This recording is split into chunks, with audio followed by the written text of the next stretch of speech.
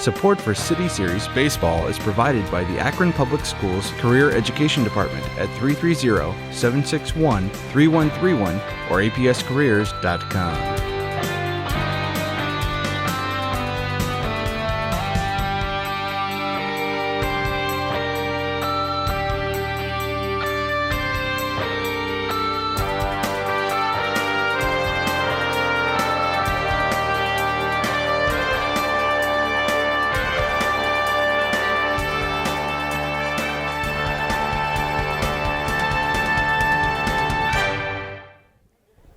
Good afternoon, a warm one, and welcome to City Series Championship Baseball. Joe Pacansky, Dave Schick, Peter George here with you from Dave Marshall Field on the campus at Firestone High School for the rubber match in the series between these two teams.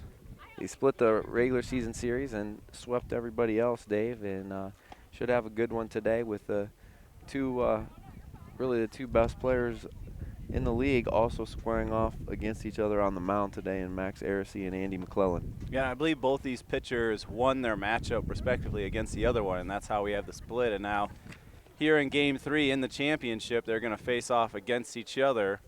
So I think hitting could be more difficult, certainly with the talent we have on the mound. Well, a warm day the ball will carry and the wind blowing out hard to the left field foul pole, so we'll see if that plays a part. Last time we did a game here, the wind was howling out to the short porch and right, and we saw a few home runs hit, a couple by the guy that's on the mound, Max Aracey, in the Player of the Year. Aracey on the mound. His battery mate today is the catcher, veteran Spencer Sasha. Let's go over the lineup for the Ellet Orangemen. Batting first and leading off will be the center fielder, Devin Shaw. Batting second, the right fielder, Devin Hewig. Batting third is the second baseman, Jack Tupta. Batting fourth is the pitcher, Andy McClellan. Batting fifth, the first baseman, Josh Yeager. Batting sixth is the third baseman, Josh Marion. The DH batting seventh. Oh, hold on, I can't remember my writing here. Mason Lehman, terrible handwriting. Mason Lehman, can't blame it on you. Batting eighth is Jordan Sapper, and batting ninth, Heath Longville for the Orangemen. So ready to get underway on a beautiful, beautiful Sunday afternoon. How about that, Dave? Yeah, and I think, as you mentioned, with the wind, I think the wind's going to be a factor. Not necessarily that you're going to be able to carry it to the deep part of the field to hit it out, but I think it's going to be those pop-ups and those ones in the infield that little gust takes it off a little bit. We may get some errors from that because of those wind gusts.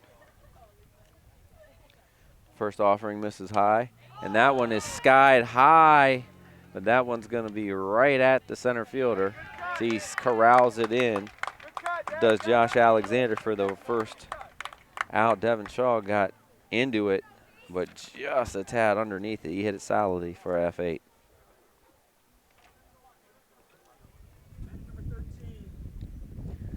Going to bring Devin Hewig to the plate. Oh, sorry. Positions for those two for some reason. I got lazy. Let's see. Longville's supposed to be at first, and Sapper I think is at second base. No. Hold on. Left field. Hold on. I guess left field. Left field. Sapper's shortstop. Wow. Longville's left field. Sorry. Yeah, Samson, I was way off. Aracey way ahead in the count here.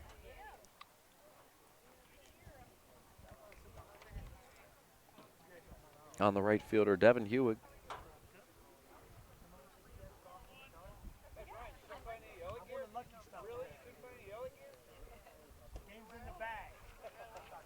Pitch just off the black of the plate outside.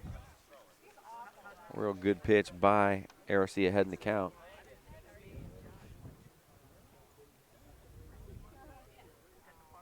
She gets the sign, comes set, and fires.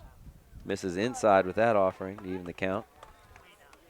And this is a good crowd here for the championship game. Usually those end up going to bigger venues, but had to move because Firestone's still in the state tournament and then not able to stay at Canal Park or the University of Akron, which is technically Ellet's home. So I could see them getting the home field here for the championship game. That one just above the hands to even the count.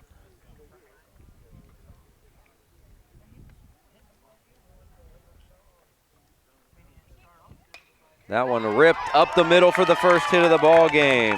Devin Hewig with a good piece of 2-strike hitting.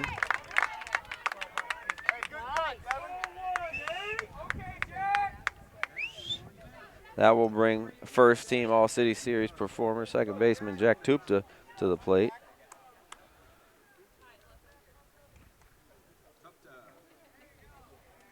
Tupta, sorry.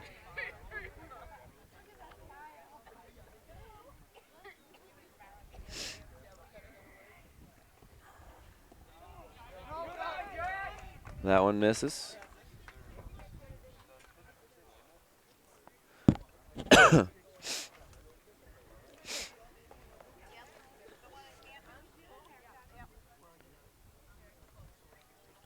Hewitt gets his lead. The offering, that ball is sizzled down the line, but foul. Cut through the thick rough here. Yeah, I think you're going to have two very good pitchers, but the problem is both these teams hit very well. Yeah, it's a good day to hit, too. And as you mentioned, Firestone still alive in the district tournament. Nice upset win for them as they went down to Worcester and took care of business. That gets them into week 2. And we talked a little bit about, obviously having a game today, and you have your ace out there. You're trying to win 2 battles at the same time here, City Series Championship and also in the tournament. It will test your depth, that's for sure.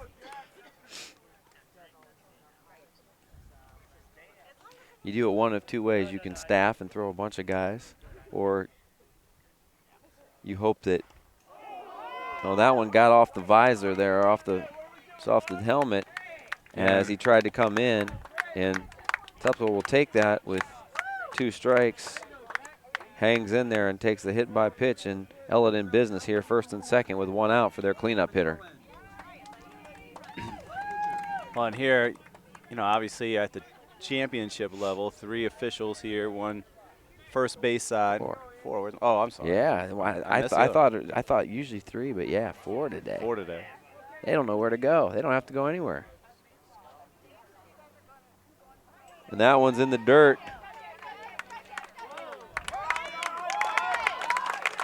Hewig flies into third on the wild pitch. And you're going to hear some of that crowd behind us with the Ellet faithful.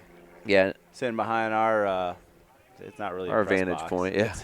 We're sitting on the grass in front of the fence, but you'll certainly hear them behind us. Well, one thing is, as we said, Ayers, you're either going to staff it. If not, you want him to get distance. That one's going to get the run home. Ground out to short for McClellan. Does the job, though. The positive out. He's retired 6-3, but give him an RBI and give the Orangemen the lead here early on.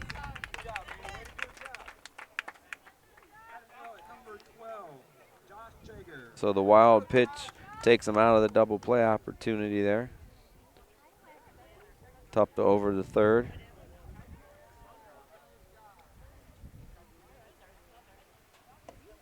And that's going to be first baseman Josh Yeager as he takes strike 1 on the outside corner. Well, and we just started this game a few moments ago, but full sun is now turned into cloud cover. Might not get as burned as I thought I was going to weather, you're going to get windburn if not. 0-2 now. I'm just hoping I don't have to go get a jacket or a raincoat. I need a Sunday without rain for the first time in 4 months. I mean, it has been. I feel like every other day it's like, I got to mow the grass. Jeez. Nice off-speed offering. Yeager can't hold back, and he strikes out for the third out.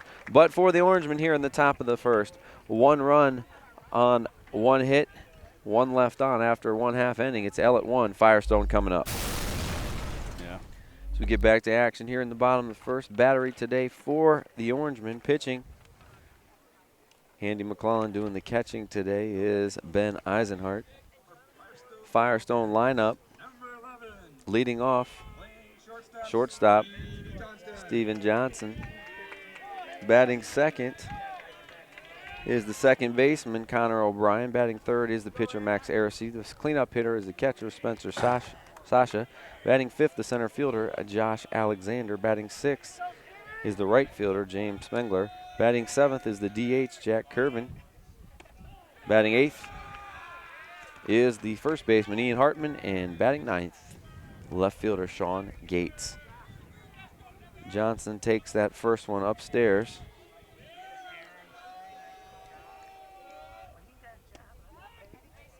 That one in the inside corner to even the count. Hard to see the signals. What's that? It's hard to see the signals. I can just tell the pitch usually. That's a fastball.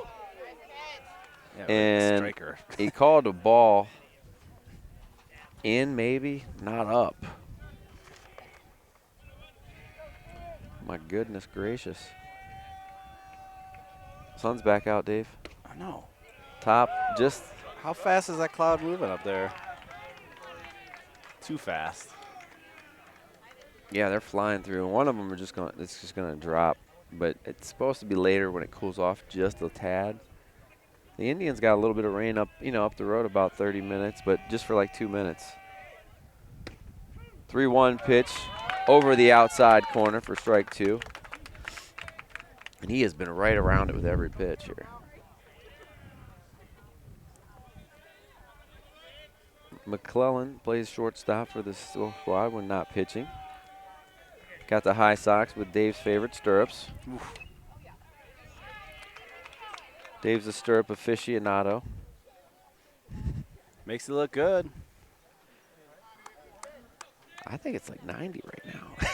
Yeah. I'm not complaining. It could be 47 at Summit Lake with a 40-mile-an-hour wind. We've been there. We've been there with 37. Oh, that's a 3-2 off-speed offering. Way to throw that with confidence. First off-speed pitch he threw 3-2. He has confidence to throw it for a strike. He does so. That ball hit hard, but right into this thick grass. Tupta retires Johnston 4-3 for the first out. Well, and that, again, moves a little faster than what really Ellet's seen when they're at home at the University of Akron. That grass even thicker. It doesn't want to move. It's like it's stuck with sticky glue when it gets into that infield. Fastball for strike one.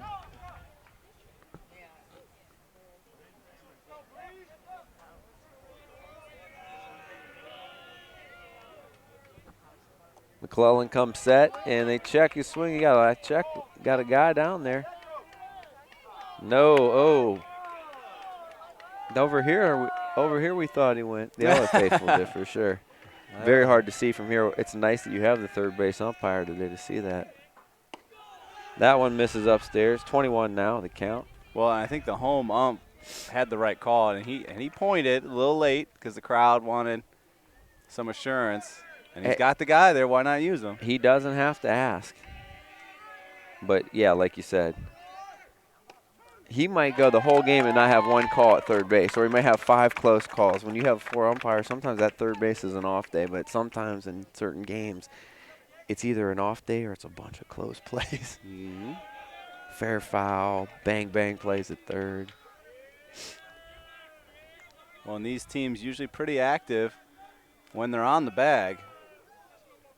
So chances are we'll get some activity for sure. 2-2 offering by McClellan. Fastball, and that's wasted down the left field line. Into the crowd. Looked like he was going to make he a ducked out of the way. No, he ducked into the way. If he just stayed seated, he'd have been fine. I can remember playing a little dodgeball with my students one time, and I had a girl, I threw it, and it was not intended for her, but instead of getting out of the way, she just tried to get out of the way, but like moved right into the way. Glasses gone. Oh. Right on. Just kiss of the cheek in the non-good way. Not a good way, yeah. It was one of them ones where I threw it, and I was like, no. Good at bat for O'Brien. He's the first base runner Yeah, very for patient. the Falcons. And they get somebody on. Max Ursi up, so pitcher versus pitcher.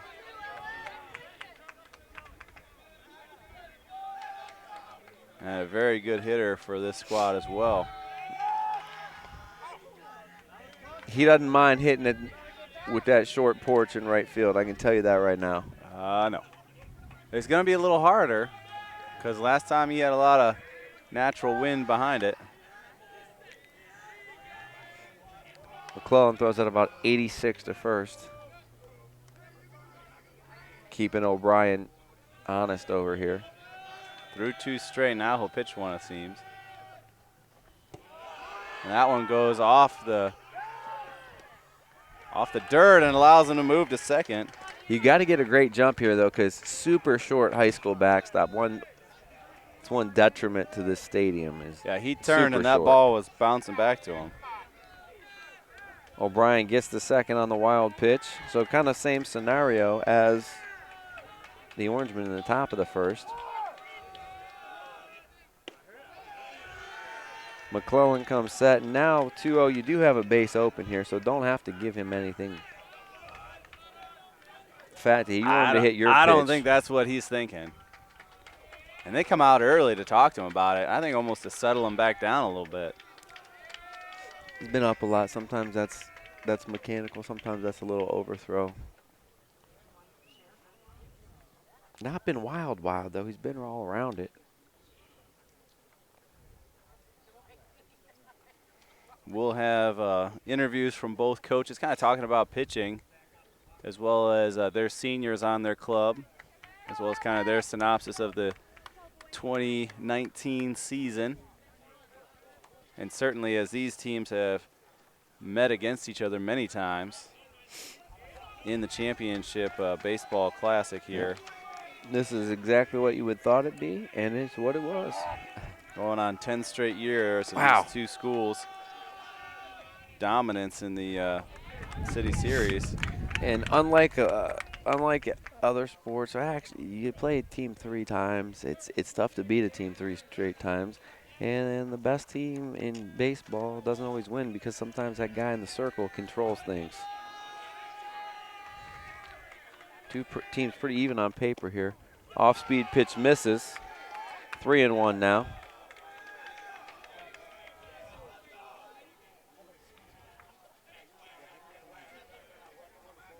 And the Falcons up off their seat as well as their fans. Plenty of commentary coming out towards the mound as they're looking to get a second person on base here in the bottom of the first. 3-1 offering. With the base open, that just sets you up for the force of the double play. Second walk of the inning, and now it's up to the catcher, Spencer Sasha.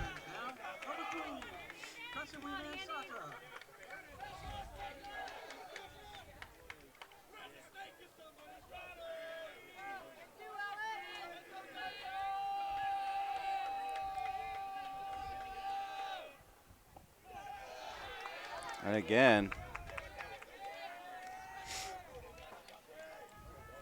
a lot of balls for the first 4 batters. Mm.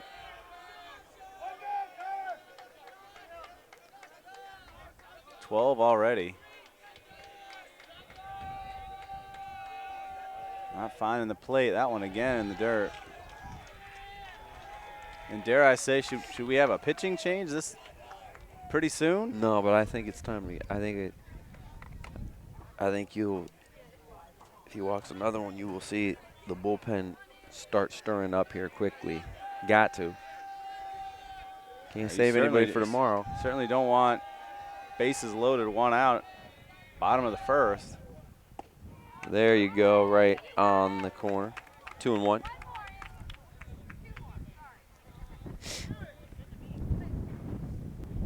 Just kind of needs that low ball set up for that double play.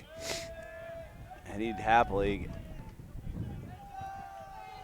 get this inning going. And he gets a ground ball, and it's through the hole, and the hole, by the hole, I mean the 5 hole, as it gets under the shortstop's glove. hit it hard, but I think he was trying to get 2 there because grass slowed it down a little bit, but error will bring around O'Brien all the way from second for the first run. So error gets him on.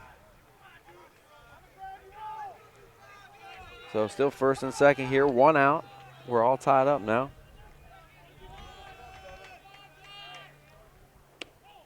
That off speed misses upstairs. Center fielder Josh Alexander looking to give his Falcons a lead here.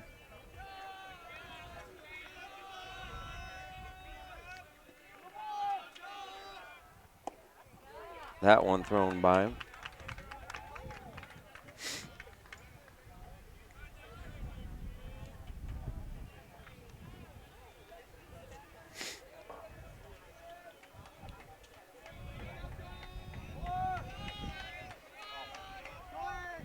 They're going to run, and he is out at third.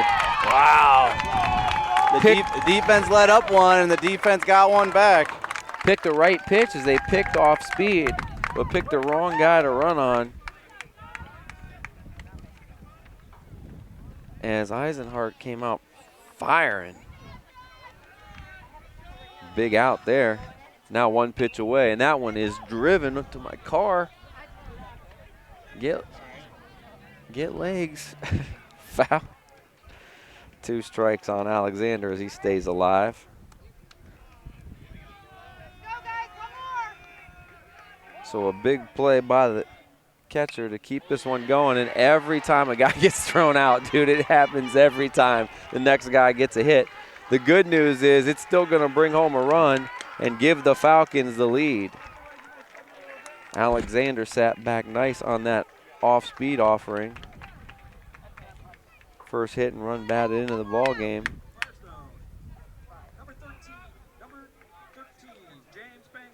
Sasha scores easily. That'll bring the right fielder, James Spangler, to the dish.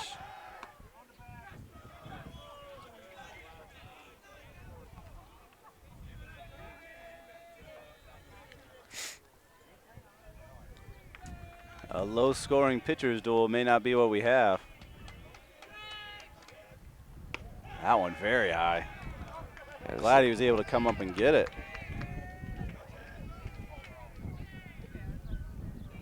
Like he's just overthrowing just a tad.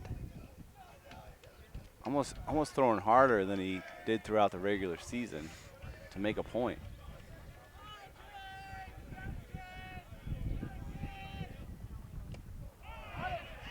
That hit him. Upper arm there, maybe shirt sleeve.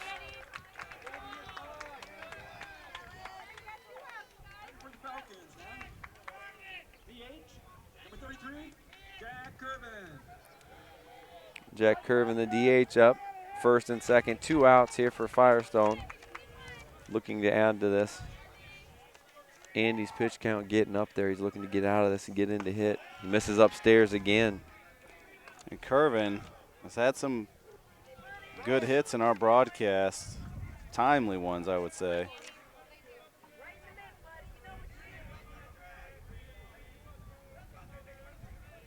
Last time when they played Ellet, he had a monster game.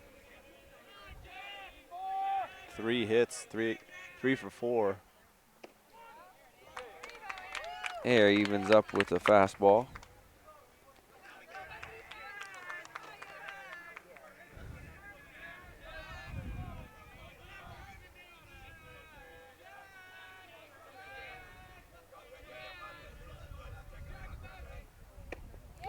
Swings through that one for now 1 pitch away.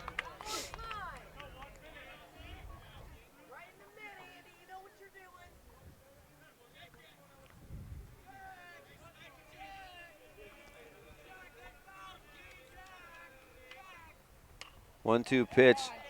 Whoa!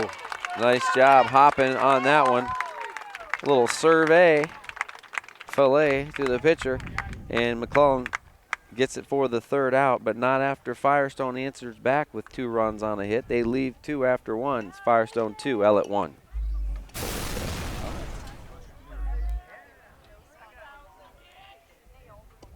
back to action here in the top of the second. We have Mering, Lehman, and Sapper due up. Had a chance to talk with Coach Sloan about what his pitcher on the mound, Irsay, will bring.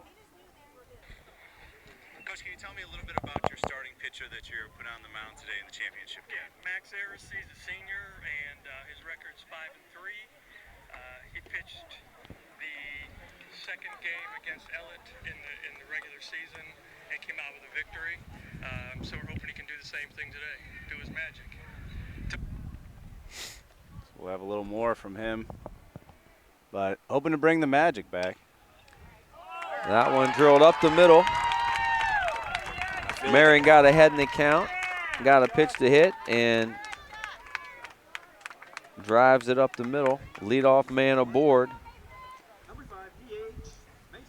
That'll bring Mason Lehman to the dish, DHing today.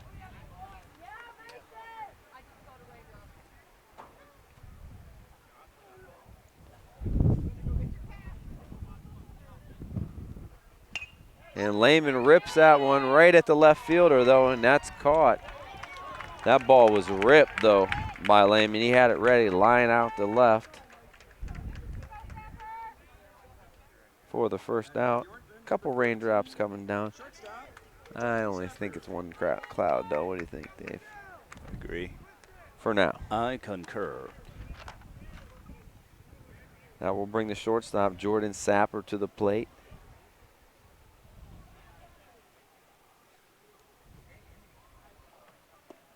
Heresy, first pitch, curveball over for strike one.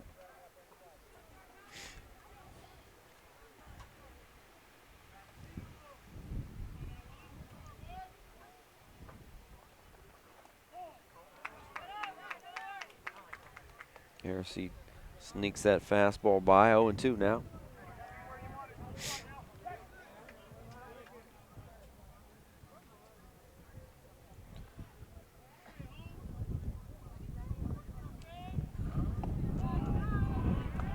O2 just misses downstairs.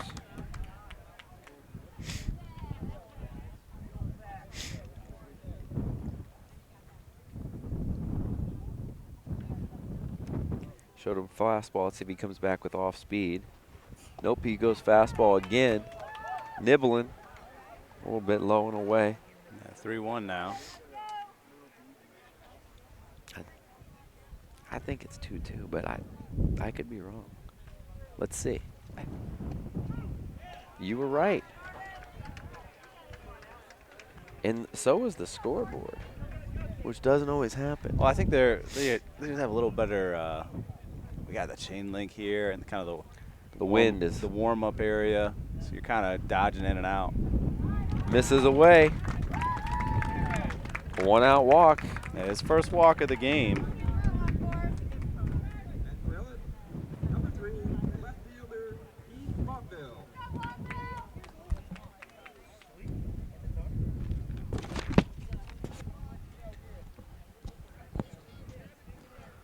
One out, two on. Longville shows bunt and takes, and we're going to be here a long time. Their guests upstairs. It's a championship game, but we have a major league strike zone right now. There he evens up the count.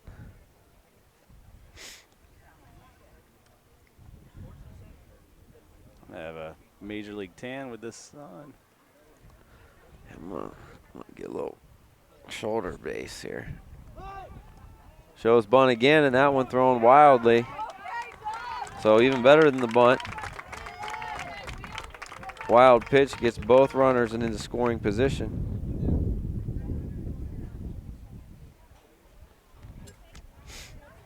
Now a ground ball could tie this thing. Base hit, very well, give him the lead. Longville takes the strike two. 2-2 now the count.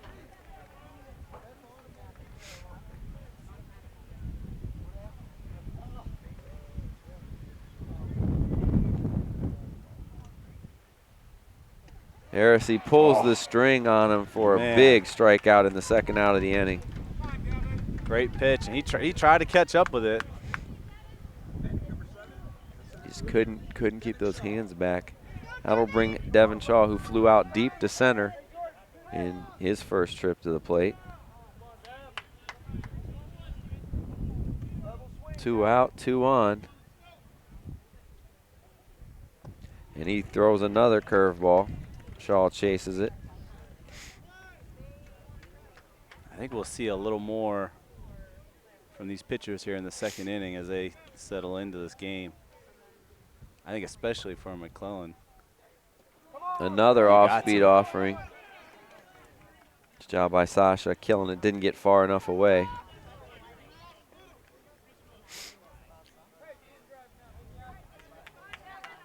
He's chased that deuce twice. You go at it 3 times, or you go upstairs to show him something different. We'll see. And he throws it again. They take it though. That's a Canal Park. That scores 1 run for sure, maybe 2. Yeah. Here no. Definitely 1. That backstop's about 80 feet further back there than it is here. Well, and it just dies when it hits back there though too. It doesn't bounce kind of back towards you. Because the umpire's leaning against the fence.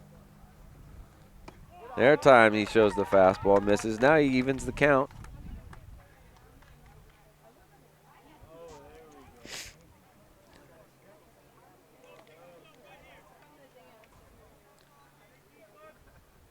Heresy with a 2-2 offering, and it is over. Wow. Shaw caught looking. Ellet gets a hit but leaves 2 stranded. After 1.5, it remains Firestone 2, Ellet 1. Hartman, Gates, and Stephon Johnston due up for the Falcons. All right, well, last time we had our little coach's interview with Jeff Sloan, it turned into a hit, so maybe we'll do the same here as we did talk with John Starver about his starting pitcher. Coach, tell me a little bit about your starting pitcher and what they bring to today's ball game in the championship. Well, I can say about both pitchers, they were the ones that won their games against each other. We split with each other, and I know that their pitcher won a game against us, and our pitcher, Andy McClellan, threw a nice ball game and beat them at this field, too, but pitched a nice ball game, and that was early in the season. So, yeah, both teams could be a little bit different in that respect, but it's pretty much the same teams. So we'll have more from Coach Starver next inning. And a little insight from each coach on their starting pitcher. Didn't Wall turn into a run. Almost did. Turned into a fly out to center. Almost dropped, though. While we're away, what happens? McClellan just looks to be more settled in this inning. Not more smooth, not as humped up maybe. And I'll say this, the amount of heckling going on from the from the Orangemen student body, I think he wanted to come out and impress, you know, and just dominate. But, you know, it gets you off your kilter when you're pushing too hard. Yep, got to pitch, not throw. 1-2 now the count on Sean Gates in left field. Had a nice catch in last inning.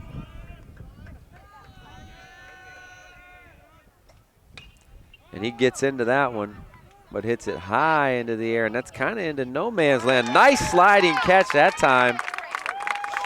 Now Shaw didn't get a very good jump on the last one and kind of had to awkwardly slide. That one went a longer way to get it and needed to slide there and made a nice play, nice catch. Well, and again, that went up high in the air, and the wind's picking up. Luckily, he didn't have to deal with the sun as well, but called off the other two and makes the great catch. Johnston swings through that first offering. Yeah, so that brings the top of the order back up, too.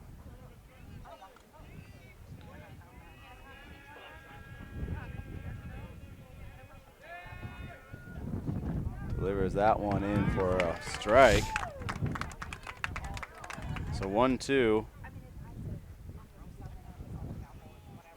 2 outs here in the bottom of the second.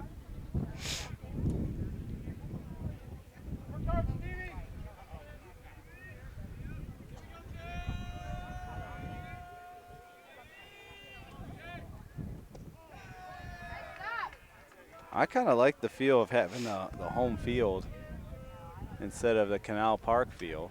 Yeah. It's cool to play in Canal Park, but Feels empty. as you mentioned before, yeah, this is much more intimate, and the field parameters are what you're used to all year instead of going to the AA level. Yeah. Field's bigger. I mean, you're definitely not hitting anything out. A lot You might less be able ground to cover here, that's for sure. 2-2 offering. Curveball in the dirt.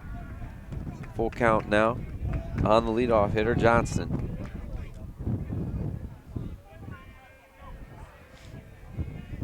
As you can hear the wind coming by us, blowing out to center.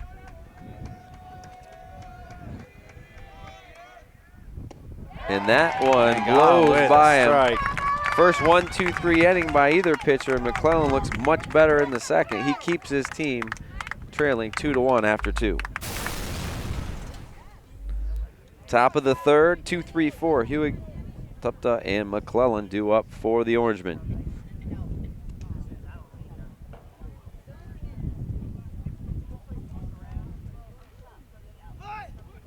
Continuing our interviews, Jeff Sloan talked about this 2019 year or season with his team.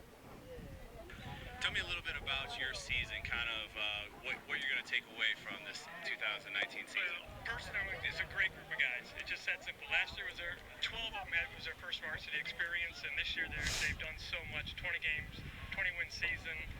Of course, we're not looking at that because this is what we have to do today. It's only a one-game season right now. So, but we just had really good hitting this year overall. I mean, better than we had like 50, 60 points higher than last year's squad. So, it's just a team average is what I'm talking about. So, they've really done a good job this year. So that's the main thing. While you were gone, Hewitt lines out the left, hit it real well. Nice play in left field by Sean Gates, hanging on. Brings up Tupta, who's hit by a pitch his first time.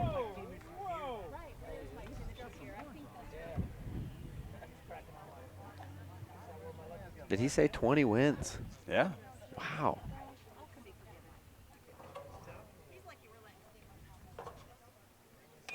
And much credit to them and how they've improved, because I wouldn't have thought that when I saw them in April.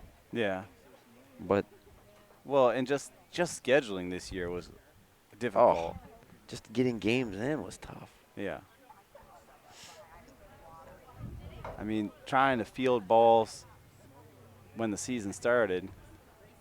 Or you haven't seen a dry field till today almost. Got spiked at first, but a nice gun by the third baseman to retire.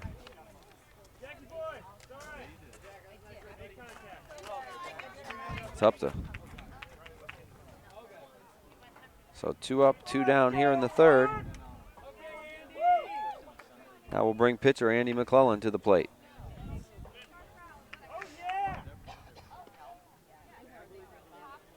So you get the back of the shoe, or you just want to?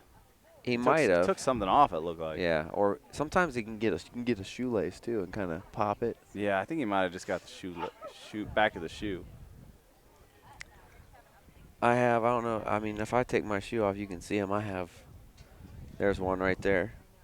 Scars from getting cleated. Thanks, inconsiderate base runners. More on my back leg, which is my left leg, because I played a ton of first base and was left-handed. Sat back on it, drilled right to short though, and 3 up, 3 down for the Orangemen here in the top of the third as they go quietly. Firestone coming back up, and they still lead 2-1. Bottom of the third inning, 2-3-4. O'Brien, Aracey, and Sasha due up for the Falcons. I wasn't ready. I was talking with. That was me. I distracted you. I'll get it though. O'Brien walked and scored in his first at bat. And there he lines one up the middle. Second hit of the ball game for the Falcons.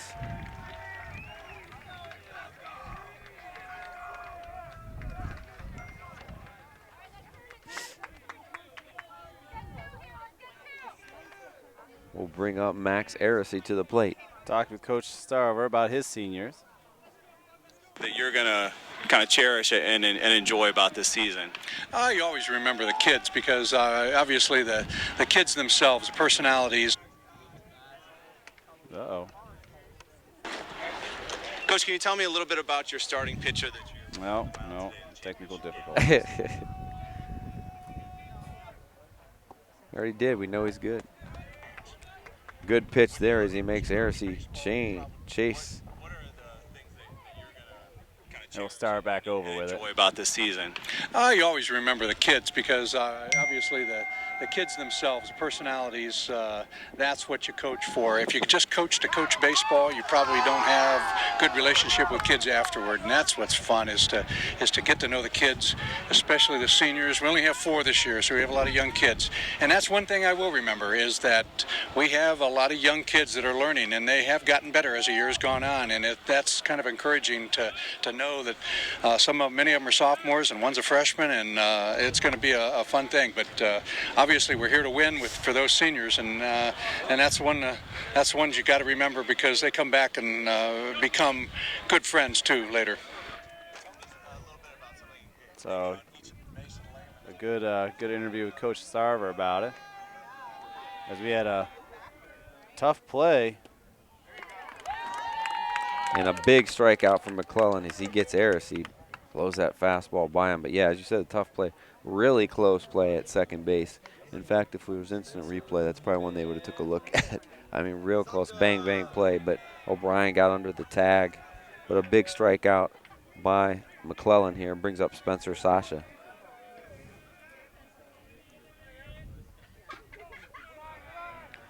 First pitch curveball misses to Sasha. Reached on an error and scored back in the first inning. 2-1 Falcons lead. When we started it, having 3 runs in just the first inning, you thought for a second, if we keep this up, we're going to have a shootout. And it's gone the other direction. The pitchers have settled in, and the hitting's had some trouble. Slowed that one down, misses with it inside. As they're giving a full display of what's in the arsenal. Colorado up down 3-0 on this count. Yeah, we'll see if he has the green light with 1 out. I doubt it. Looked like he was ready to hit, but it misses upstairs, just upstairs for ball 4. Again, though, that walk doesn't really hurt you. It sets you up for a double play ball, which he actually did last time when he walked Arisi in the first inning. He got the ground ball. They air didn't allow him to turn it. Yeah, they had a shot at it.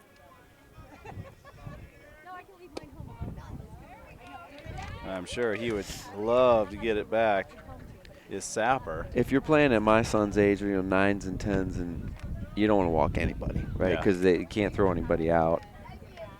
This age, there's a time where it's not a bad thing. You got a base open, sets up a shorter throw. Now, you didn't want to do that, though, and they plunk Alexander to load him up here with 1 out. Prime opportunity here for the Falcons to add to their lead. Up to bat, number 13, James Spangler. Well, and you look in that first inning, he had walks and he hit a batter, I'm sorry. And now here in the third, we're seeing some similar stuff. Yep. Goes for a base hit. Oh, and he kicks it. And I mean, when I mean kicks it, he almost kicked it right to second base. He tried to come get in that thick grass. He just couldn't pull it out. But a base hit for Spangler. Number 33. Give him an RBI. And then the second run scores on the error. Also allows Sasha to get to third. So the control issues have come to play a little bit here.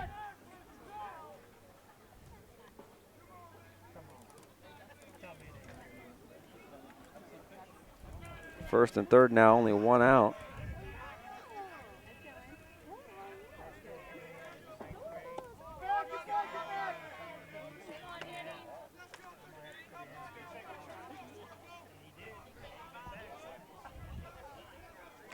And I'm pretty sure the scoreboard is wrong, partner. I think they scored 2 runs. Yeah. Because they only got What are they one doing up. up there?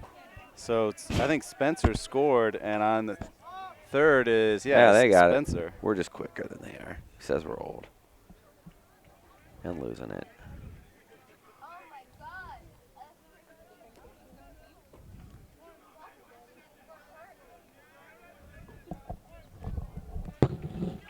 And this inning has the first inning signature on it with just how it's going so far. That one goes right over his head for a second error, right over the glove. Second error on him. That one hit hard. Up next, number 18, Ian Hartman. So 2 errors in the inning, as you mentioned. That one will still drive a run in. And Firestone extending things here a little bit. Taking advantage of the control issues and now the defensive issues. Oh, you had the error for Spangler's hit? It was he got a hit, but then there was an the error error on the allowed the throw. guy to he kicked it, allowed him to advance to third. Which leads to that run right there, really.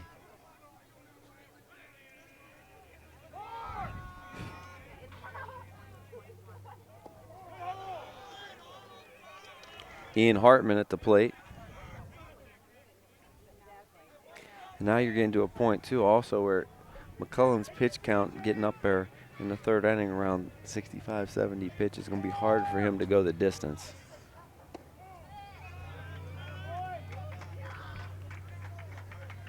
It'd be hard to take him out, though, too.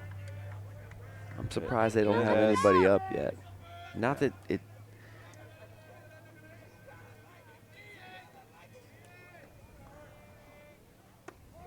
Because control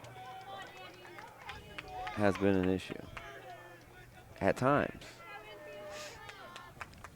3-0 now on Hartman.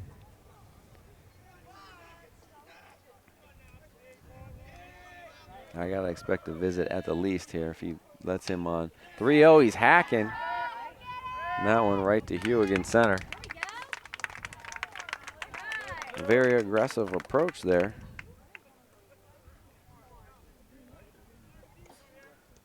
Second out of the inning, that will bring Sean Gates to the plate. Up next, number 21, Sean Gates.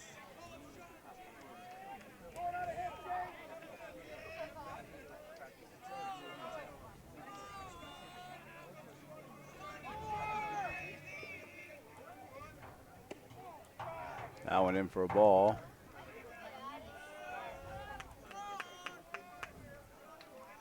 Yes. I mean, it does not look like the same pitcher that took 3 out Yeah, about every in other the inning. second inning. 1, 2, 3, ended it with a K. Control and a couple errors. I mean, that leads to 20 extra pitches. Yeah. Well, and the 2 errors were big. Advanced the runner and got a base runner on. But I will say they've hit the ball hard this inning. They've been on everything this inning.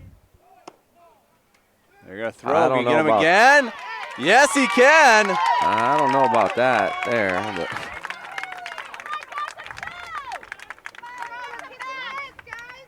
Gets you out of the inning that way. He'll take it. second caught stealing but not after. Firestone answers for 3 big runs, and they lead after 3, 5-1. Josh Yeager, Josh Mehring, and Mason Lehman due up. Change gears on our interviews. Asked them about the seniors on the team. And here is Firestone coach Sloan. A senior or two that you could kind of give us a story about that you're going to take away from this season? Well, I mean, I've got 5 or 6 of them. Well, I got 6 total. 5 of them play all the time. Joe Durkee's had senior's had a tremendous pitching season this year, but he also ended up with a walk-off grand slam against North. So we'll take that away. Yeah, Max Arcee was the city player of the year. Last year he was a co-player. This year he's there by himself. He's very deserving. Josh Alexander in center field. Great defense. He's batting over 340. Ian Hartman is just tremendous defensive first baseman, but he's also batting 280. There's nothing wrong with that. I might forget somebody. I don't want to, so I got Josh. Oh, yeah, we knew I'd forget somebody. We have Connor O'Brien, second baseman, and he's just been a tremendous defensive player this year. Done a great job. And then I do have another senior, Reed Schuchter, who's been a utility player. So a great group of kids. I'll miss them all.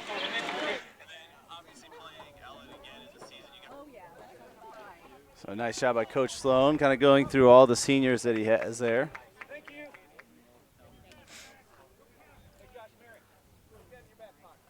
Full count on Yeager, the first baseman. He fouls it off. Good pitch by Heresy.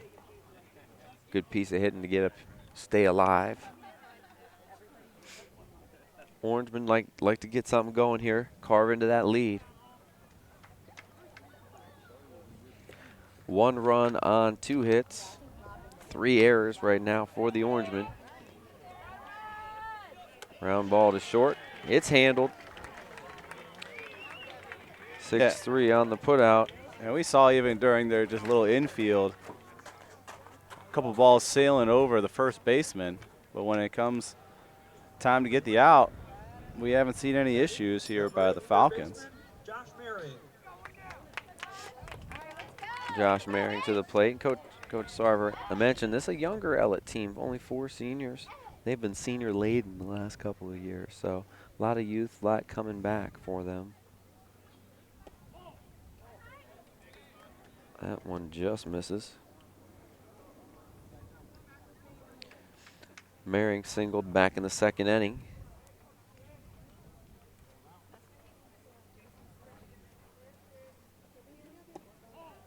Right. 2-0 now on Merring.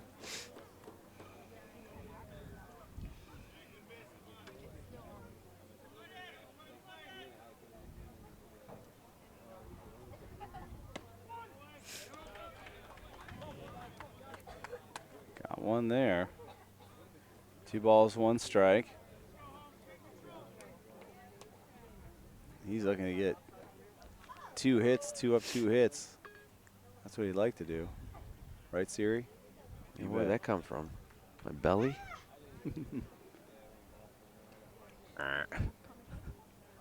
2-1 on Merring. Wow, it's hot now. Yeah, it's like kind of, the wind just died. There's no wind at all. Ground ball to short. Didn't get it clean, but he came and got it. Did Stephon Johnson. He throws it over. 2 in a row. He's like, give me one more. Tie a record here. Tie record, most putouts in an inning. He's got 5 in this game so far. Yeah.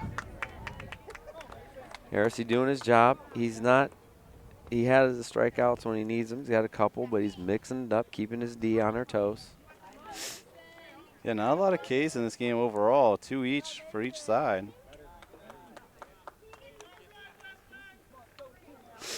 On a day like today, you're not going to strike out a lot. He's got 3, I'm sorry.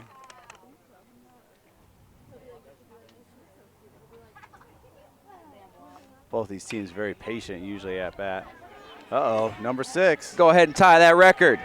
Johnston, 3 putouts, 3 ground balls to short. A couple of them hit solid, but right to him. In another 1-2-3 inning as Heresy has retired now the last 8 out of 9 guys, and after 3.5, Firestone still leads 5-1. $300 a year. That's he basically goes to the pool and common area. Bottom of the 4th, and Sean Gates and the top due up for the Falcons. Able to talk with Coach Starver about his seniors. And we'll start the interview now. Good friends, too, later. Tell me a little bit about something maybe on each of the seniors that that kind of stand out for this year? Well, I talked about McClellan being a pitcher. He's also a hitter too. And basically, when you look at these guys, they've been with us. Mason Lehman has been a catcher for us, not always on the varsity level, but he's come a long way to be a good catcher for us. He's had a couple health issues off and on through the year. Josh Yeager has been a real clutch hitter for us as an outfielder.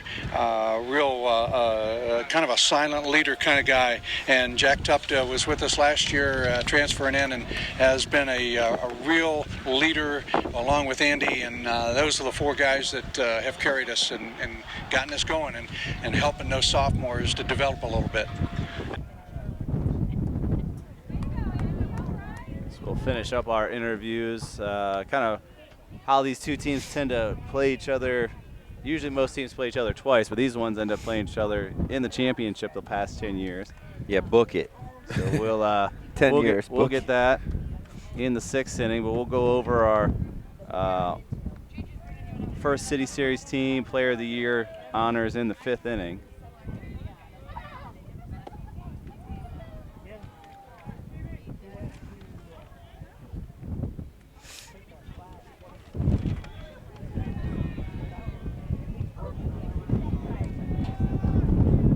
One out, that one fouled away.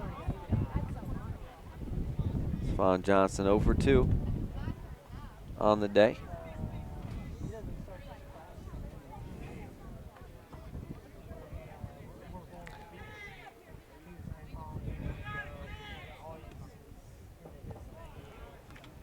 It almost looked like a change-up. Just real slow. Off speed, but low.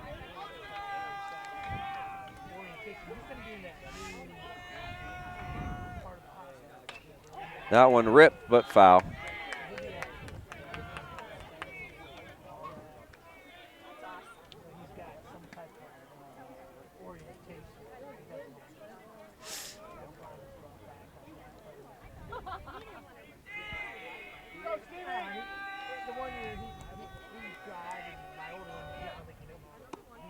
Two and two, curveball leaves it up.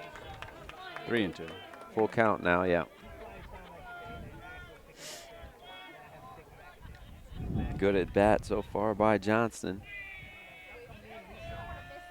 So much patience. That one fouled off.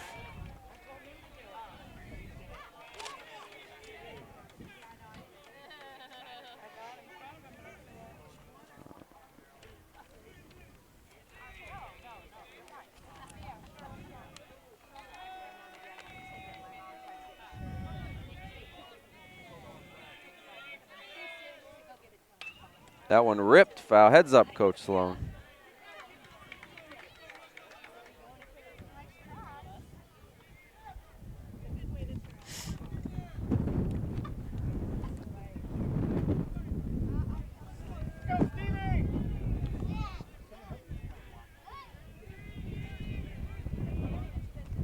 Full count offering and a great at bat.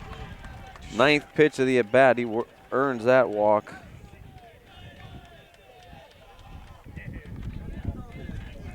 One out, base runner. And he'll take a base here as well. Yep. 4th walk of the game by McClellan. He's also hit 2. Or he's only hit 1. I have 2. One in the 2. first. Yep, you're and right. third. Yep. I only got him with 3 walks, so no, that's 2 in the first. 1 in the 3rd and 1 in the 4th. Boom. There you go. I caught up to you. Connor O'Brien 1 for 1. He's scored 2 runs already. Big secondary, but not scampering back is Johnston.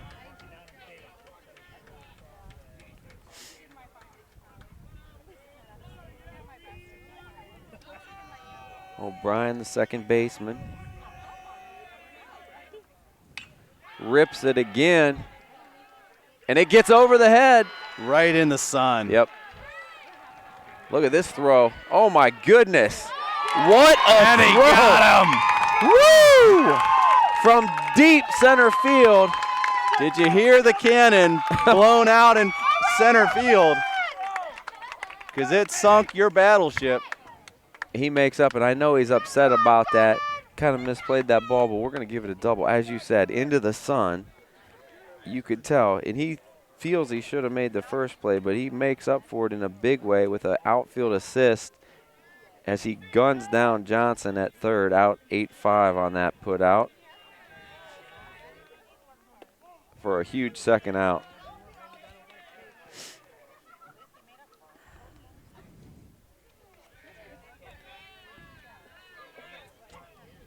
You could tell that one never got above like the sun, the angle of the sun. He just never.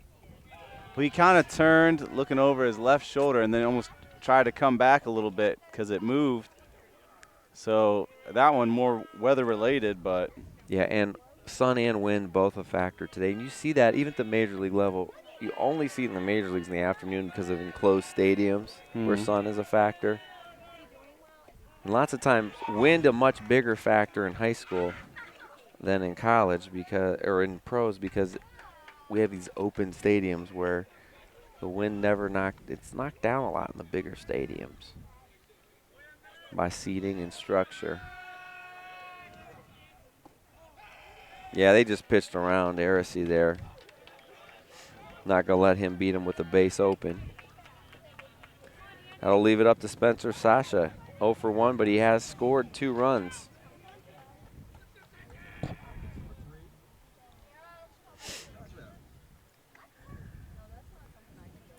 As an outfielder, 2 toughest plays there are the line drive right at you and the line drive right overhead. People say, what about the one that's hit 800 feet in the air? That can be tricky, but the hardest one to judge is that line drive right at you. And I would say the high fly, there's just more time to adjust. Right. Yeah, it gives more time to move, but you got more time to adjust. If you turn the wrong way when it's hit like that, what's going to happen? That's going to be a pass ball off the glove of the catcher. And these are the things that have kind of plagued the Orangemen today. Maybe they'd still be trailing because Firestone's had some clutch hits, but it might be a 2 or 3 to 1 game instead of 5 to 1 right now. Certainly not insurmountable, but in a championship game, you point to 5 or 6 plays. 2-1.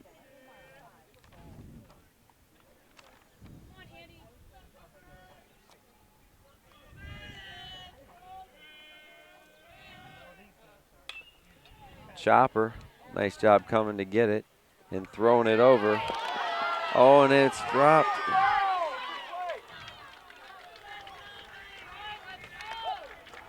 Wow. It's almost contagious like hitting, partner. Where are you putting that error, Joe? First base. Yeah, that's what I figured. Yeah, it's going to be E1. I think half the Orangemen were getting ready to go hit. Yeah, and unfortunately, 2 of the errors have been on Sapper, the shortstop.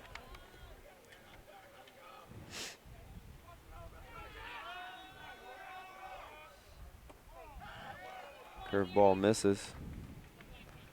Alexander, he's 1 for 1 today. Hit by a pitch in the 3rd inning, singled in RBI in the 1st.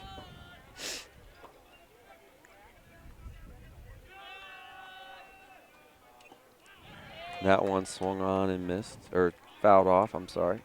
Well, I kind of felt after the great play made by Shaw in center field, that was kind of the momentum shift. Hey, the fielding is feeling good. They can make any play like that.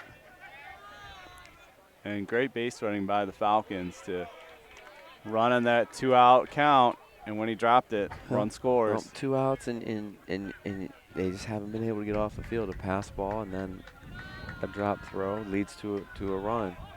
They're going early break. They let them. A lot of different ways you can play it.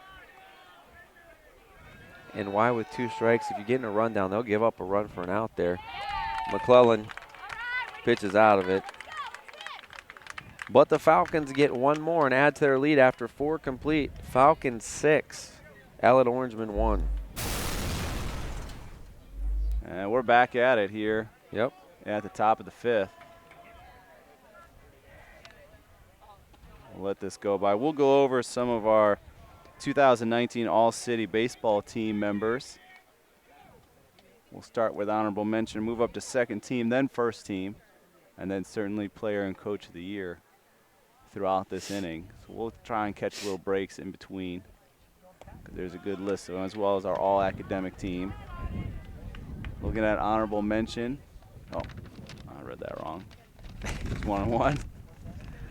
They kind of took a far walk off the. I just miscounted.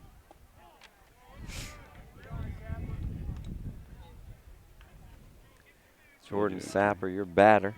Mm-hmm. 8-9-1 due up for the Orangemen. Little hint, Jordan Sapper, honorable mention.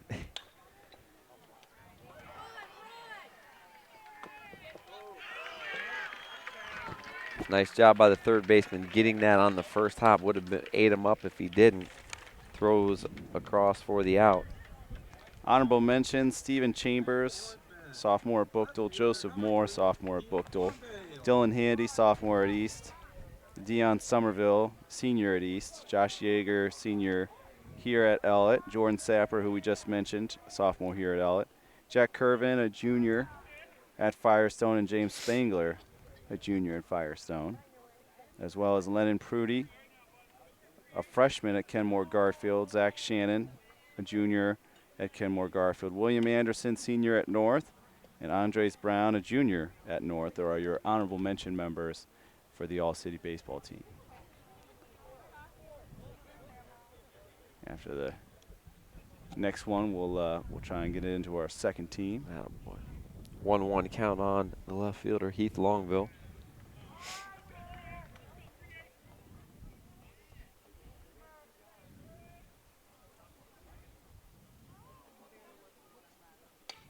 Keeps the hands back and hits it hard. Eats him up, and Longville gonna beat that one out. We'll see if that first miscue of the ball game defensively for the Falcons, let's see if that comes back to hurt him. Top of the order, and Devin Shaw to the plate.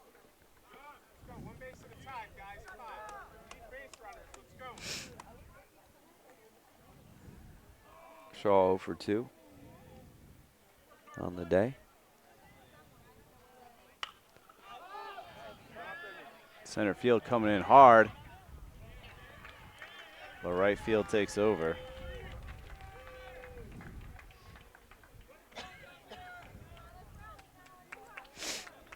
That will bring Devin Hewig to the plate. Yeah, second team, all-city baseball team is going to be a catcher Dylan West of Bookdale, the sophomore. William Dieners, a sophomore at East. Devin Hewig, a junior at Ellet. Mason Lehman, a senior at Ellet. Devin Shaw, a sophomore at Ellet. Joe Durkee, a senior at Firestone. And that's a base hit. Hey. Nice 2-out hit, and Devin Hewig now 2 for 3 on the day.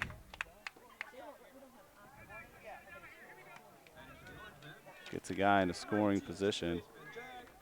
Connor O'Brien, the senior at Firestone. Spencer Sasha, the junior at Firestone. Cody Pace and Roger Wright, both seniors at Kenmore Garfield, and Donovan Ware, a sophomore at North. Congratulations to them for the second team All-City here in 2019. Jack Tupta could not lay off that first pitch off speed, swings through it. Tupta 0 for 1 on the day. He was hit by a pitch in the first inning, grounded to third in the third. Swings through that one well, and we got a wild one. We're going to have a plate to plate. No tag. Oh! I don't know about that. No tag, man, from our vantage point. I didn't see any tag, but there. Hey, the ball beat him. It did beat him, but guess what? If Aracy got a piece of anybody, that was an unbelievable play. But we said with that small backstop, it's a tough play, and Firestone just getting all the breaks right now. Runner erased on the wild pitch trying to score, and after 5.5 here, it remains Firestone 6, Ellet 1. Fifth for the Falcons, who have 6 runs on 4 hits and 1 error. They've made the most of their opportunities. And we're still going through the 2019 All-City Baseball team. We got through honorable mention and second team. We'll get to the first team as we'll start through the list. You'll hear some names from these 2 teams here, certainly. Avier Jackson is going to start our list, the senior from East, and Skylar Walgenbach, the other senior from East. You're going to have Andy McLennan, who we know right on the mound, the senior from Ellet, as well as Jack Tupta from Ellet, the other senior. Josh Meering, the junior from Ellet, also makes first team. Josh Alexander and Max Ursay, both seniors from Firestone, go along with Steve Johnson, the junior, for first team. And then Kyle Egan and Gerald Fisher from Kenmore Garfield, the junior, senior, respectively, made first team here in 2019. And then Jaden Brower, the senior from North, and Tyler Sancros, the junior from North, make up that first team for 2019.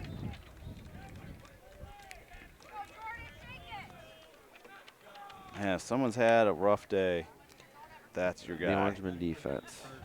Yeah. Well, I think he's got 3 errors by himself. 2? No, it's his 3rd. Yeah. Yep. And that's why when he made that good throw to first, I'm like, oh, he made the play. First baseman drops it. Yeah, that's how it's been. They just haven't been able to get out of their own way. Curvin gets into that one. He's going to try to go Thornsburns landing. It's over his head. Uh-oh. Great hustle. Oh, they're going to call him out at third. Maybe a makeup call for the plate. Not. So Spangler's erased on the second outfield assist of the ball game. So let's give it up for these Orangemen outfielders on a nice relay there. Atoning for the error was Sapper as he guns him down at third for the first out. Out 7-6-5. Curvin got into that one for a double.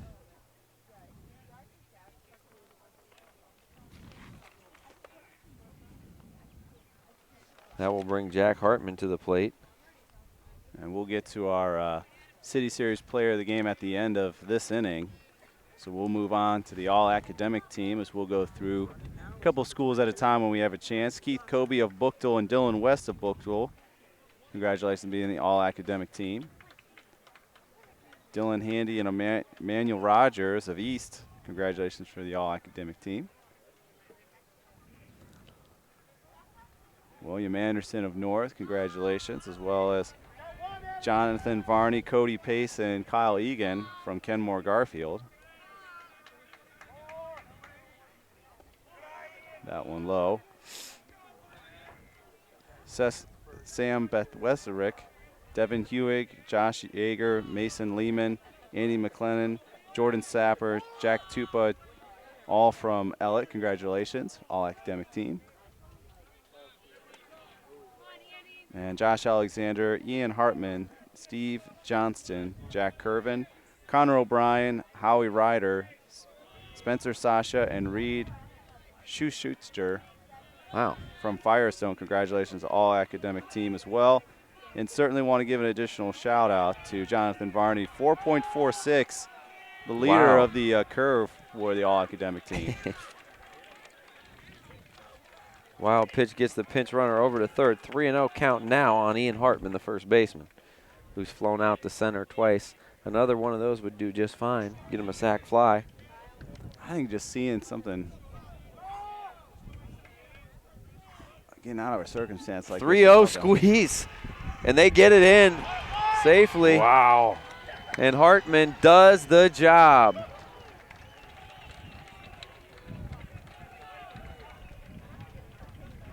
It's just not the Orangemen's day, man. That's a great play. That's a great play at the plate. So sack and an RBI there. gets the run home. Yeah, we're going to have a new base runner over here, and it's going to be Yeager Carpenter here on first base.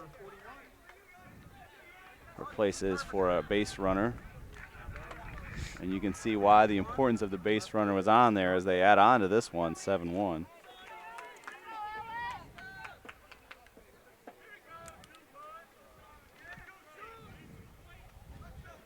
We got a new person up. I'm not sure who it is till I see his number. Ball up the middle, that could be 2. Sapper doesn't get it and then throws it away. Never stopping and going to second is Sean Gates. So that's going to be a fielder's choice, and then the error is going to let him get to second base. Can't assume the error on the double on the first one, which he would have been out by 10 feet, but the error allows him to go to second base.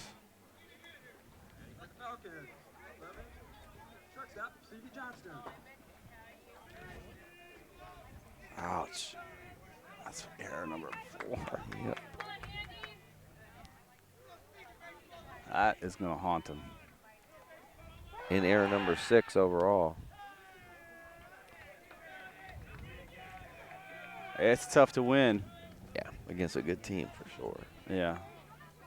That's why you are where you are. 6 errors. Oh, he's getting a little too far off. A little too far off. You're going to score on a base hit. Johnston had a great at bat last time to work a walk. That time he pops it high but foul. That's in the neighbor's yard. You know, the residential properties back there. It's either going to the deck or the pool. That was a well-hit foul ball. I've hit drives like that off the tee, which would not be good. 600 feet, 300 up, 300 down. Oh, if that ball is caught, he's out. I'll be part of the Dave and Joe Slice Classic, first annual. Oh, good card golf. Double lefties. Yeah. We need to play where it's wide open. Not at Good Park, too many trees. We need some new link-style course where we can just play it from the 6th fairway into the 4th green. Or like a golden tee game, or maybe something like that. Hey, haven't tried that indoor golf yet. I'd probably be terrible at that too. Yeah. Well, I'm gonna have to search for my ball forever. I was gonna say, can I lose my ball in indoor golf too? Probably. You know what? I bring like a dozen. I've grown to the point where it's like about 3 minutes worth of looking, and then I'm like, screw this, man. Dave, why are you hitting a range ball? You'll see. It's around. The ball went around this area somewhere. He got him on the first one. Yeah, I think he got him on the swipe. Yeah. Ball was mashed by Johnston. Man, I told you there wasn't going to be any plays over at third. After 5, the Firestone Falcons add another one, and after 5, they lead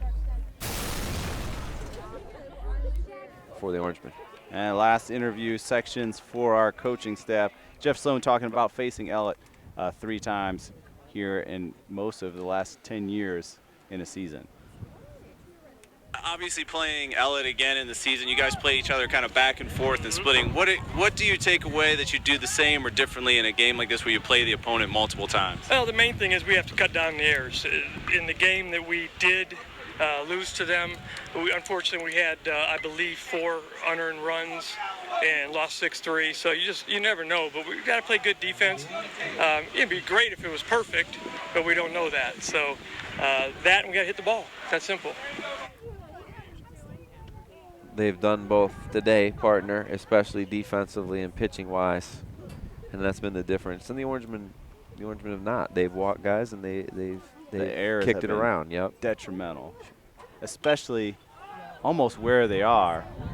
I mean, shortstop's got a lot of them, and that's a problem because now that infield, which usually turns into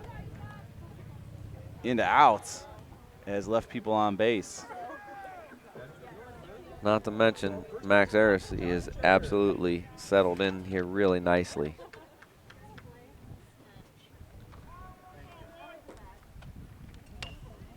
That one drilled. Bad read. And that one gets down. Looks like he had it and then kind of lost it there halfway through. Yeager will take it. Base hit for Josh.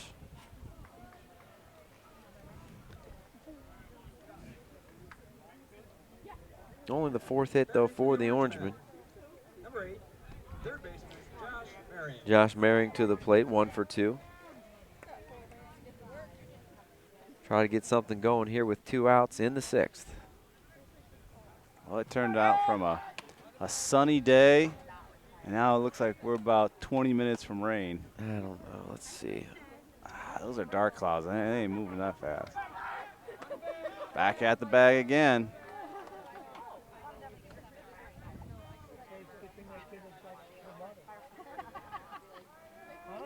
What was the most you ever had someone Throw over? Throw Probably over. 7, 8 straight times. I'm like, dude, I'm kind of old, and even when I wasn't. I'll tell you what, though, I almost always stole after I got hit by a pitch because I was mad. Which, if you're safe, that's great. But if not, then you're just mad and sore. I got a free base, and I still got an out.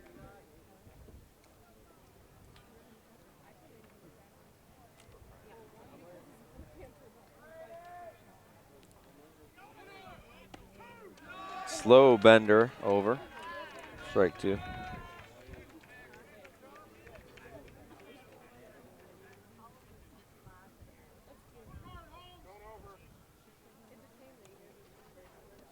That one swung through. Stopped by Sasha, and he throws him out for the 3rd out. 2 out hit by Yeager, but they strand another after 5.5 complete. Firestone 7, Ellet 1. Connor O'Brien to lead off the bottom of the 6th inning. All he's done is reach base all 3 times and scored 3 runs. 2 for 2 on the day, single, double, couple stolen bases. He's trying to eat some pancakes, man. I think so. And Joe referring to our Fleury's Cafe, signature player of the game, signature pancakes at Fleury's Cafe at 2202 Front Street in Cuyahoga Falls. Human, they look like Rain Man. I think I haven't read that enough. I just drove by there the other day. Our unofficial player of the game sponsor. Oh, they're gonna be like, oh, you're Dave. Yeah. Yeah. Thanks. We've got a whole extra 2 people that have come in. Thank you for that. They're going to give you a number. Like, you're going to be the meal number 31. I thought about seeing if you guys wanted to meet there before today's game, because I think they close at like 3 today. Maybe I'll get some pancakes. 3-1 now on O'Brien. Go ahead. Did talk with last one of our coaches' interviews, John Starver, about playing the same team multiple times. And then what's maybe one thing that when you play a team like Firestone here multiple times throughout the year, and then you have this kind of one stand-all game, what do you know and what do you do differently in a game like this? Well, you really don't do much differently because if you do anything differently, you're going against what made you successful. So I think it's mostly that both teams are used to it. We've played 6 or 8 years in a row now, at least, and it's like we're used to playing in this ball game, just different places, and it just comes down to who makes the fewest mistakes. Sometimes is the ones who give up the fewest runs, and if you get a clutch hit sometimes, because we've had a lot of run games, and hopefully we're in the ball game right to the end, and we can keep it there and maybe have a shot to win. Yeah, and I think one thing that they, as we listen to that interview now, 6 innings later, I think certainly Andy came out, I think, trying to do something a little different on the mound in that first inning, and it hurt him. It wasn't what sunk the ship per se, but it got him off to a rocky start. And then the other thing that's not Ellet-like is all these errors, and that's the other part of it that kind of changed it here. Now they are going to have a new pitcher coming in, so we'll certainly see what this one does, but it also moves some of that infield over, it looks like, where we'll have Sapper moving over and certainly McLennan going into the shortstop or third base. We'll see where he's at, but once this pitcher is ready to go, we'll get the rest of the 6th inning here on our championship coverage. Back to action. Dave's already signing off because there's been 5 sprinkles. Max Aracey at the plate. He'd like to end it. It dropped like 10 degrees, too. It's sprinkling. Cameron Ridenbaugh on the pitch now for the Orangemen. I think it's just this big cloud up. So do I. I think it's a prelude of what's going to happen later tonight. Yeah. But you can tell that it's dropping out, but it's just this big cloud above us. Aracey 0 for 1. He's walked twice and thrown a gem on the mound so far. Lefty, he shows bunt. And you're thinking, why would he bunt? Hey, they want to win. I think he wants to keep moving base runners. Yep. That's for sure.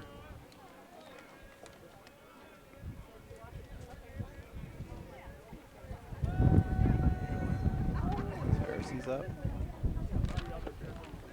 Misses again.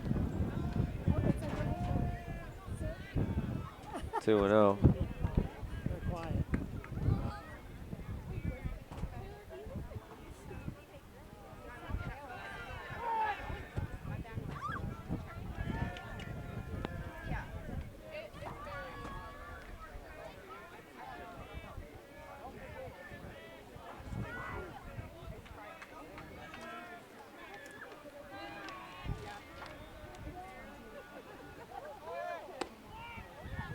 He's got to gun him again. A little late this time. Yeah, he got a pretty good jump. O'Brien continues his thievery.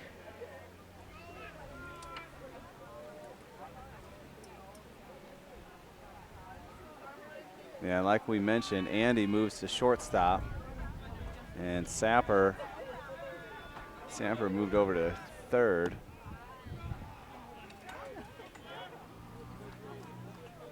On the infield here for the Orangemen, with McClendon coming off the mound. Did we go over who that was? No. Cameron Ridenbaugh. Yeah, I said it real quick you? when he came in. Yeah. Oh, yeah, I was busy. The southpaw. I was busy. You've said about 300 names today, at least. Yeah. You are name dropping like no other. I try. Name dropper. What are you trying to say? I'm just talking about the all-academic team. Exactly. Hey, I'd like the all-academic team to have as many names as possible. There's a lot of hard-working students there.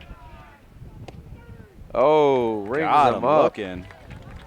He wanted ball 4. He wants that call on the other end, though. Where are these leaves coming from? There's no trees over here. The wind changed, and it's like a tornado. I've got 4 leaves sitting on my chart here. Spencer Sasha to the plate now. Not sitting under a tree. There shouldn't be any. You know what I will say? Since we've moved, I forget what tree it is. It has a little helicopters. Oh, yeah. So in my first house, we had 2 trees with those, and they're everywhere. Mm-hmm. And now my current house, we don't have a single one. You got the good wind. I was like, oh, God, that's nice. Those things make a mess everywhere. Yeah, they do. Uh-oh, this is interesting. Ball gets away. So a short toss Continues. from the catcher to the pitcher, and he takes off running. He saw something there. And then another pass ball allows him to get to third. Just not a pretty one for the Orangemen.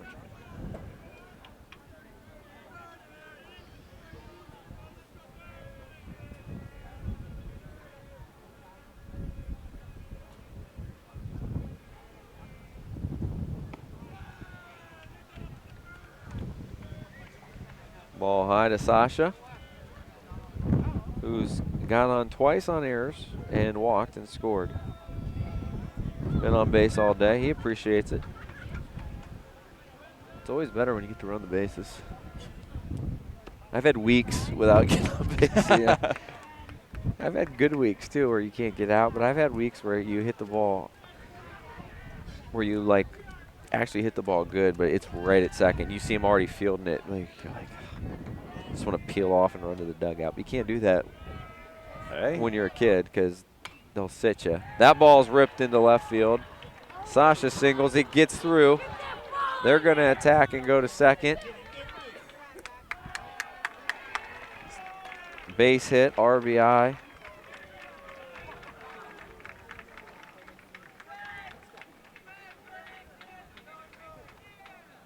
For the Falcons, number 25. And if you would have thought you would have saw 7 errors on the Orangemen, can't survive it against a good team partner.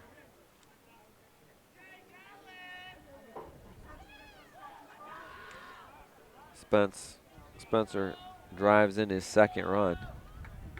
They're going to pinch run for him. Now an 8-1 game.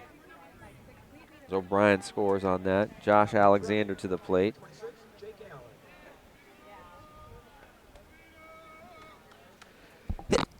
Oh, bless you. I couldn't get by that one. Hey, Broadcasting 101, don't sneeze into the microphone. I didn't. I moved the microphone away, but tell my allergies that with a 100-mile-an-hour wind. Don't worry, I'll get you another leaf that'll come over this way. Oh, you got to check that. Oh. Yeesh.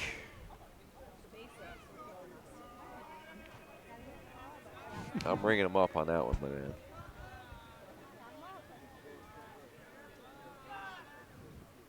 Curve ball swung through. 1-1.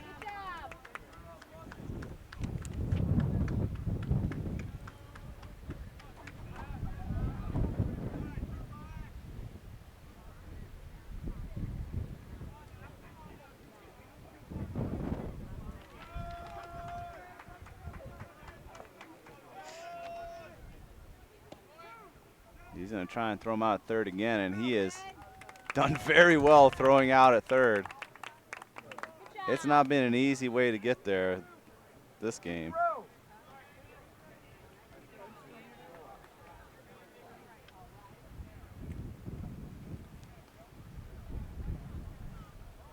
So 2 outs here in the bottom of the 6th.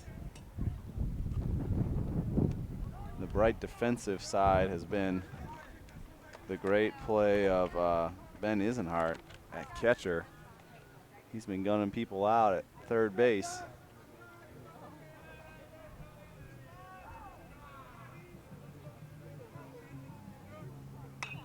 That ball driven the other way, and that's got a shot off the wall, high off of it.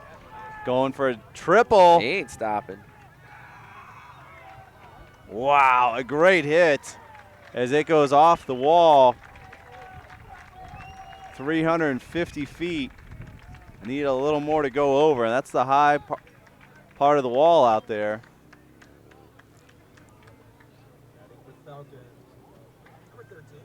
Very nice game today. Yeah, 2 hits for him.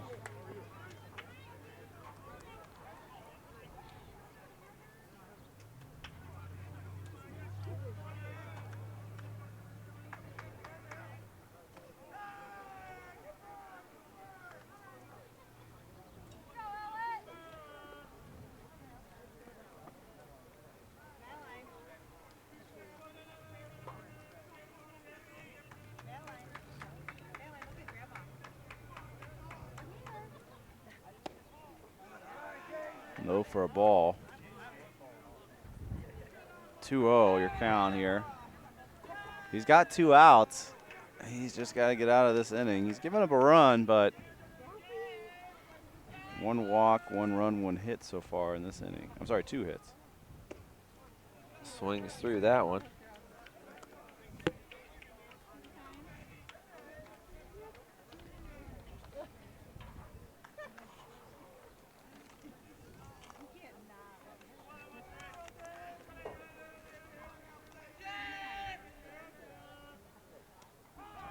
That one hits him and it just continues. So Reidenbach can't get out.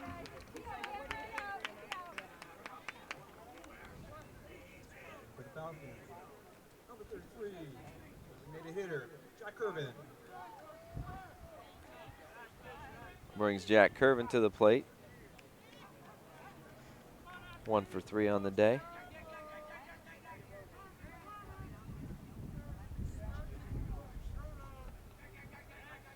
7 hits now for the Falcons.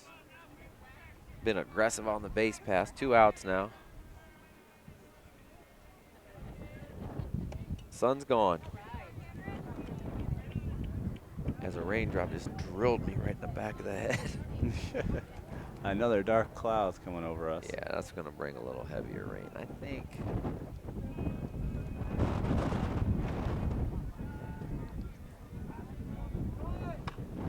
That one popped up right to us. Oh. You got to get to the fence, but you got to get the ball, too. It is gusty right now. It's tough. It is a beginning of a storm. That's what we're. You think? That's what it feels like. This is when you're like, what's that weather report again? How? I don't know, but if you get under one, it might hit it across the street right now. Yeah, I agree. That last one, if we had the wind right now, that would have gone over the fence for sure. He was mid-fence. Slow curve gets him. Yeah, he got him. But not before Firestone gets it. And you can see how much they're hustling on the field. They want to get this in. 3 outs away from taking the championship as they lead 8-1. Oh, last gas effort time for the Orangemen. Mason Lehman, Jordan Sapper, and Heath Longville, 7, 8, 9, due up. This reminds me of we had earlier this year, the Orangemen were playing Kenmore Garfield, and they were down 9-0 or 9-something.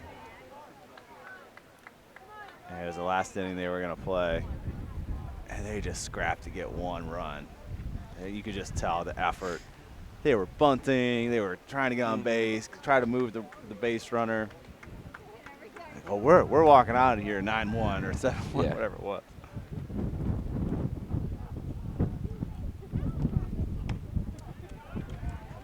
Swings through that one, 1 and 2. You gotta love the pace at which the veterans working at here. They know weather's coming in. They want to get. They sense you have your opponent heavily on the ropes.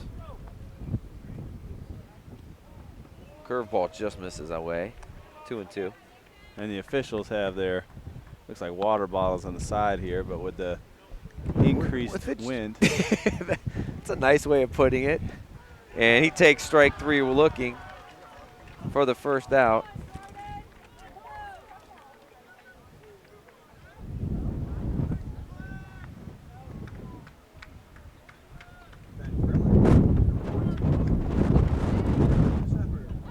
It's only his 4th K. Yep, he's mixed and matched very well.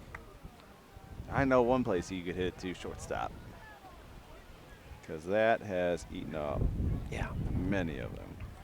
Jordan Sapper now at the plate, 0 for 1 on the day. But he's squandered. They've had base runners, but not multiples. 1 here, 1 there. He just hasn't let any rallies get going. Well, in that first inning, you saw these two teams kind of go back and forth, and then I think after they kind of opened it up a little bit, just kind of pressing almost too much. And the errors just were deflating, I think, for both sides of the ball for Ellet.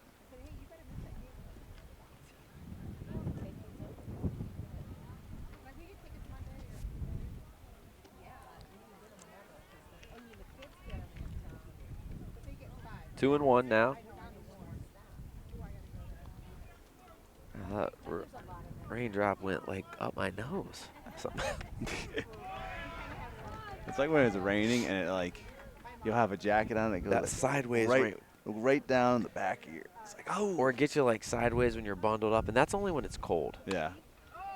Sapper gets into that one, taking it out to Thornburn's Landing, but it resides instead in Sean Gates' mitt for the second out. And now the Orangemen down to their last chance with Heath Longville. Impressive performance by the Falcons, who still have something to play for. District semifinal matchup next week coming up. This team has grown and learned how to win, and I like the way they played defensively today. I like their aggressiveness on the base pass, even though they've been thrown out several times. They've taken the extra base whenever possible. Well, and I think at times they were still aggressive when they were up multiple runs. You know, they might be up 5-1, but they continue to press on and try to move those runners to get that 6, 7, 8. I mean, you look at it after going up 5-1, they still put a run in the 5th and 2 in the 6th because of plays like that. And now it's extended it where you can't just have a small rally to come back and make it a game anymore. 2-2 count. Ellet down to the last strike. And he takes it looking. Championship Falcons. Congratulations to those Firestone Falcons as they win the rubber match and the City Series title. And congratulations to them as they go on to the district semifinals this week. Line scores finish up. Firestone 8 runs on 7 hits and 1 error. The Orangemen 1 run, 4 hits, 7 errors. Congratulations to Coach Sloan, Max Aracey with the complete game win and your Firestone Falcons. Yeah, and the Falcons end up getting their first City Series championship since 2014. They end the streak of 4 consecutive years of the Ellet Orangemen winning the championship. So congratulations to them here in 2019. Our Fleury's Cafe signature player of the game goes to Connor O'Brien, who scored 4 runs off 2 hits and got things going, scoring in the 1st, 3rd, 4th, and 6th inning, and having some also great base running as well as 2 stolen bases for him. So congratulations to Connor O'Brien with our signature player of the game, brought to you by Fleury's Cafe. Fleury's Cafe right in Cuyahoga Falls at 2202 Front Street, where you can get signature pancakes. You name your favorite flavor, and they probably have one for you. Get your signature pancake at Fleury's Cafe. Awesome job. We want to thank everybody who makes it possible for Ryan Rittenhouse, Joe Vasilati, who was here earlier, for Peter George, who brings you all the pictures, for Dave Schick and Joe Pakanski. Thanks, and we'll see you next time for a girls softball City Series championship.